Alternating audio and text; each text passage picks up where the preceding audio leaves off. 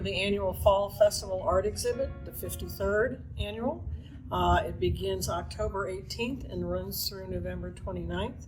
My guest is Tracy Budd, who is the judge for the show. Tracy is a Roanoke artist who teaches, has Virginia watercolor status, has pieces in a wide number of collections across the country, and she's come up to be our judge for us. So Tracy, thanks. Thanks for having me. Best in Show goes to Lynn Cawthorn for her acrylic of a floral scene. Tracy, you want to tell us what you like about it? To me, it's a very mysterious piece with a lot of deep, rich color, which I am really attracted to deep, rich colors that aren't just dark. And the shapes are, she's got a nice assortment of large, medium, and small shapes that are sort of scattered feeling, but also very well placed. And I feel like you walk up through the piece to this quiet area, very nice. And it's just I just caught my eye. It's a very special piece. This piece is by Leslie Woodard, and it's an acrylic landscape called Sunrise Over the Allegheny Mountains. You want to? Well, first of all, I'm so attracted to the color and all the active shape, but it always amazes me how little it takes to imply a landscape. And the bands, I see bands in here of water, mountain, sky, even though it's interrupted with all these shapes. And then when you look at it even closer, you see a lot of shape pattern behind the shapes, so it's like instead of just being a flattened piece, there's actually a dimension that steps us back. But I love when a landscape is implied in such a simple manner, and yet not such a simple manner. And so wonderfully abstract at the same time. Yes, it is. Several years ago, one of the local artists granted us an endowment for sculpture awards. This is the J. Gale Gear Memorial Award, and the piece was done by Michael Huff from up near Bridgewater, and it's called Jake with Attitude. Take away, Tracy. Well, of his three pieces, I thought Jake with Attitude was just a lot of attitude. And I would just really like to take it home with me, but I'm not going to. We'll Nice piece. First place in the mixed media collage category goes to Pat Carr of Roanoke for her L'Orange dog.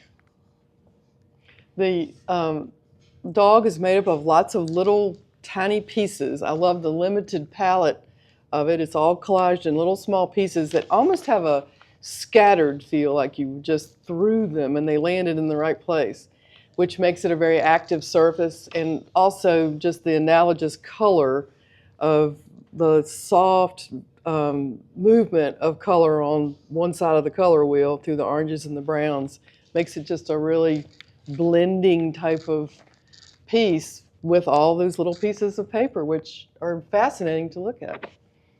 Place in the oil category goes to Tim McMahon for his painting called New Mexico. Tracy?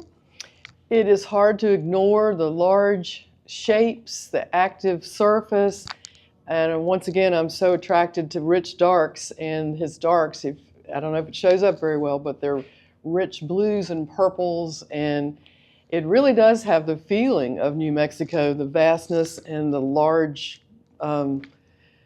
shapes that you see from a distance, but lots of energy. Lots of energy, yes. Like it.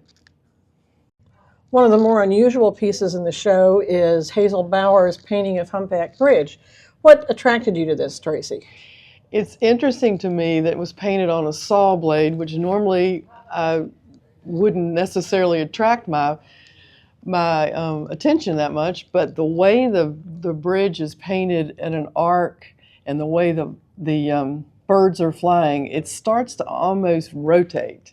And I walked by it and walked by it and walked by it, and it just kept, I just think that's so interesting. Yeah, you do keep coming back to look at it. It's just interesting how it rotates because of the placement of the painting on the substrate. So, in the fiber category, we only had 2 entries this year, but they're real knockouts.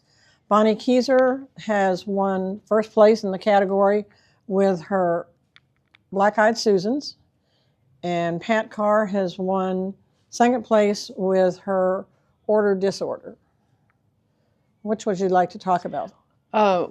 First of all, I would like to say this is a great example of apples and oranges because they're both fabulous pieces and really are not, At all you alike. really can't compare the two because they're so unlike each other.